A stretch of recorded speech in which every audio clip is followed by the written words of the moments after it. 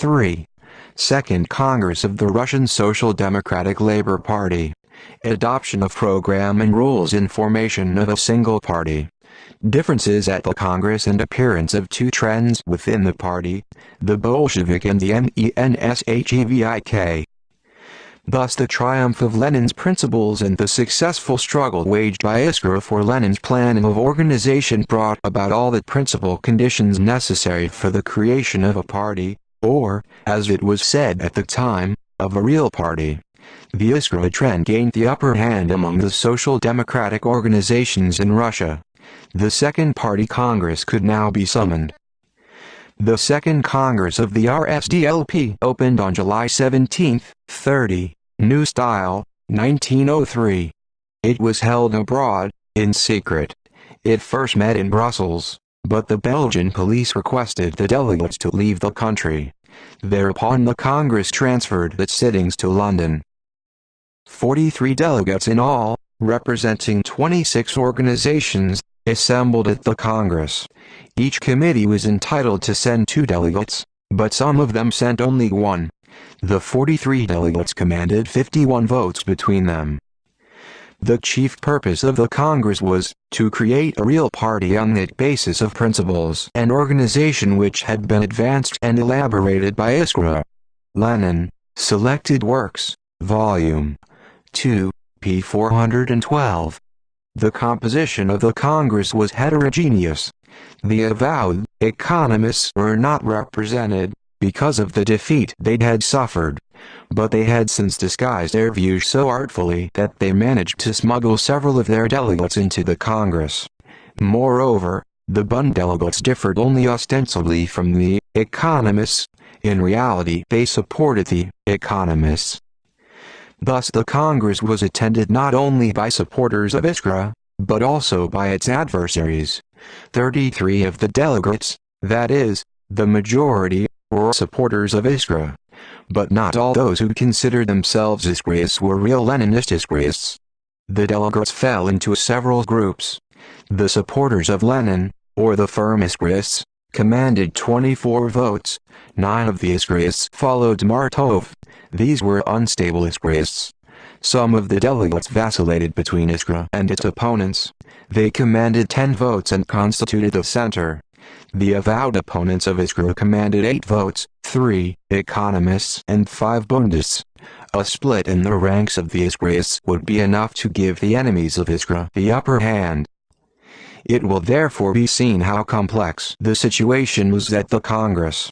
Lenin expended a great deal of energy to ensure the victory of Iskra. The most important item on the agenda was the adoption of the party program.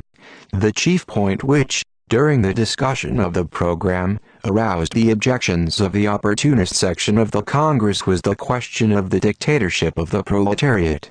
There were a number of other items in the program on which the opportunists did not agree with the revolutionary section of the Congress.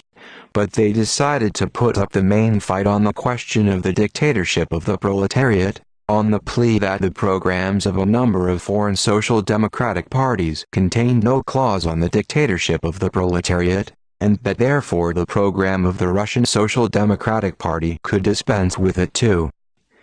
The opportunists also objected to the inclusion in the party program of demands on the peasant question. These people did not want revolution. They, therefore, fought shy of the ally of the working class, the peasantry, and adopted an unfriendly attitude towards it. The Bundists and the Polish Social Democrats objected to the right of nations to self-determination. Lenin had always taught that the working class must combat national oppression. To object to the inclusion of this demand in the program was tantamount to a proposal to renounce proletarian internationalism and to become accomplices in national oppression. Lenin made short work of all these objections.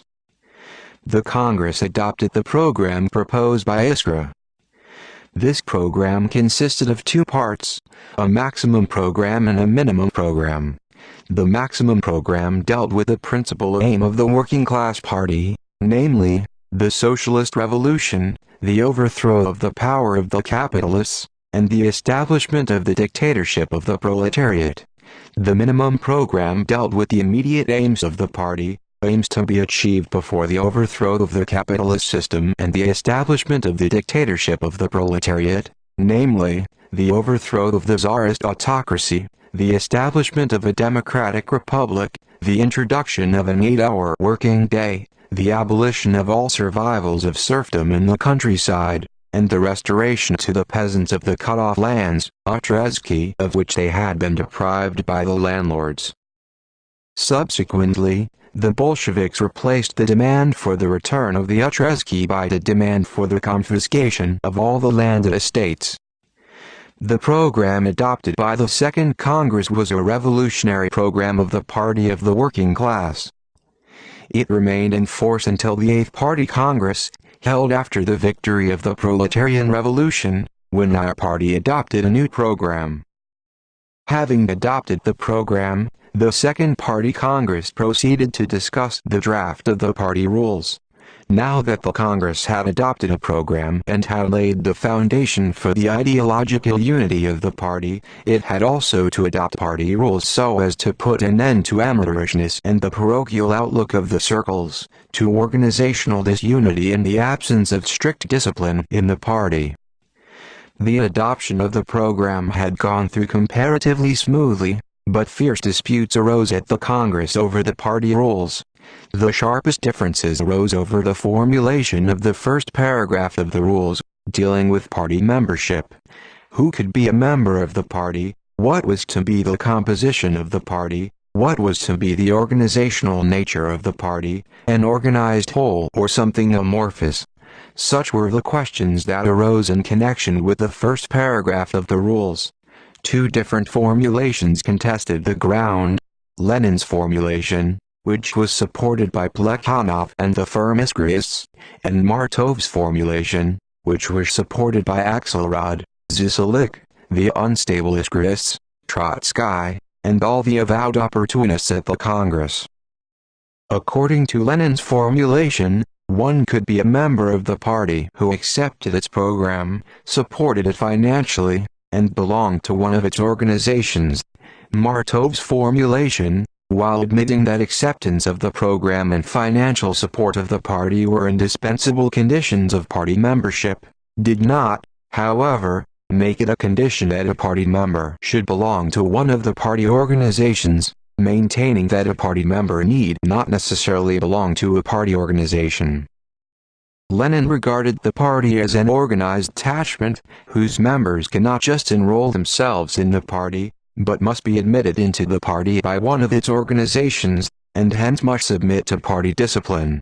Martov, on the other hand, regarded the party as something organizationally amorphous, whose members enroll themselves in the party and are therefore not obliged to submit to party discipline, inasmuch as they do not belong to a party organization. Thus, unlike Lenin's formulation, Martov's formulation would throw the door of the party wide open to unstable non-proletarian elements. On the eve of the bourgeois democratic revolution, there were people among the bourgeois intelligentsia who for a while sympathized with the revolution. From time to time they might even render some small service to the party. But such people would not join an organization, submit to party discipline, carry out party tasks and run the accompanying risks. Yet Martov and the other Mensheviks proposed to regard such people as party members, and to accord them the right and opportunity to influence party affairs. They even proposed to grant any striker the right to enroll himself in the party, although non-socialists, anarchists and socialist revolutionaries also took part in strikes. And so it was that instead of a monolithic and militant party with a clearly defined organization, for which Lenin and the Leninists fought at the Congress, the Martovites wanted a heterogeneous and loose, amorphous party, which could not be a militant party with firm discipline because of its heterogeneous character, if for no other reason. The breaking away of the unstable Iskrists from the firm Iskrists, their alliance with the centrists, joined as they were by the avowed opportunists, turned the balance in favor of Martov on this point. By 28 votes to 22, with one abstention, the Congress adopted Martov's formulation of the first paragraph of the rules. After the split in the ranks of the Iskrists over the first paragraph of the rules, the struggle at the Congress became still more acute. The Congress was coming to the last item on the agenda, the elections of the leading institutions of the party, the editorial board of the central organ of the party, Iskra, and the Central Committee. However, before the elections were reached, certain incidents occurred which changed the alignment of forces. In connection with the party rules, the Congress had to deal with the question of the Bund. The Bund laid claim to a special position within the party. It demanded to be recognized as the sole representative of the Jewish workers in Russia. To comply with this demand would have meant to divide the workers into party organizations according to nationality, and to renounce common territorial class organizations of the workers. The Congress rejected the system of organization on national lines proposed by the Bund. Thereupon the Bundists quit the Congress. 2 economists also left the Congress when the latter refused to recognize their foreign league as the representative of the party abroad. The departure of these 7 opportunists altered the balance of forces at the Congress in favor of the Leninists.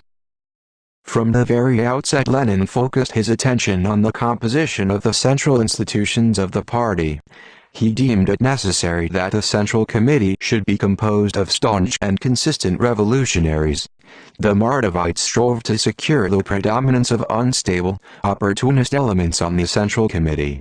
The majority of the Congress supported Lenin on this question. The Central Committee that was elected consisted of Lenin's followers. On Lenin's proposal, Lenin, Plekhanov and Martov were elected to the editorial board of Iskra. Martov had demanded the election of all the 6 former members of the Iskra editorial board, the majority of whom were Martov's followers. This demand was rejected by the majority of the Congress. The 3 proposed by Lenin were elected. Martov thereupon announced that he would not join the editorial board of the central organ. Thus, by its vote on the central institutions of the party, the Congress sealed the defeat of Martov's followers and the victory of Lenin's followers. From that time on, Lenin's followers, who received the majority of votes in the elections at the Congress, have been called Bolsheviks, from Bolshinstvo, majority, and Lenin's opponents, who received the minority of votes, have been called Mensheviks, from Menshinstvo, minority. Summing up the work of the Second Congress, the following conclusions may be drawn. 1. The Congress sealed the victory of Marxism over economism, over open opportunism. 2. The Congress adopted a program and rules, created the Social Democratic Party, and thus built the framework of a single party. 3. The Congress revealed the existence of grave differences over questions of organization which divided the party into 2 sections, the Bolsheviks and the Mensheviks, of whom the former championed the organizational principles of revolutionary social democracy, while the latter sank into the bog of organizational looseness and of opportunism. 4. The Congress showed that the place of the old opportunists, the economists, who had already been defeated by the party, was being taken by new opportunists, the Mensheviks. 5. The Congress did not prove equal to its task in matters of organization, showed vacillation, and at times even gave the preponderance to the Mensheviks, and although it corrected its position towards the end, it was nevertheless unable to expose the opportunism of the Mensheviks on matters of organization and to isolate them in the party, or even to put such a task before the party. This latter circumstance proved one of the main reasons why the struggle between the Bolsheviks and the Mensheviks, far from subsiding after the Congress, became even more acute.